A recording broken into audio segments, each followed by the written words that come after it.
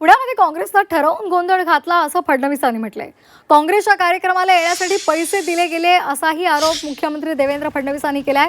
नवनाथ बन यांनी पुराव्यासह आरोप केलेले आहेत असं म्हणत फडणवीसांनी नवनाथ बन यांचं समर्थन केलंय।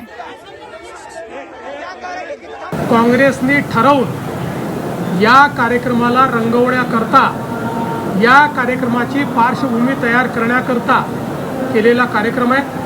ज्या प्रकारे त्यांच्या नेत्यांनी कॉलेज कॅम्पसवर हल्लाबोल केला, मारामाऱ्या केल्या, अत्यंत दुर्दैवी आहे।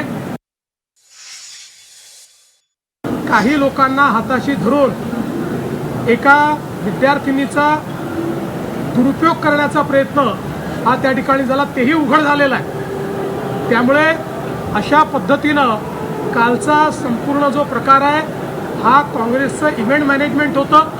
ज्या पद्धतीनं राहुल गांधी यांचा कार्यक्रम इव्हेंट मॅनेजमेंट आहे, आधी गाण्याचे कार्यक्रम होणार आहेत, मग राहुल गांधी त्या ठिकाणी येणार आहेत, 7-8 हजार त्या ठिकाणी खुर्च्या त्यांनी ठेवलेल्या आहेत।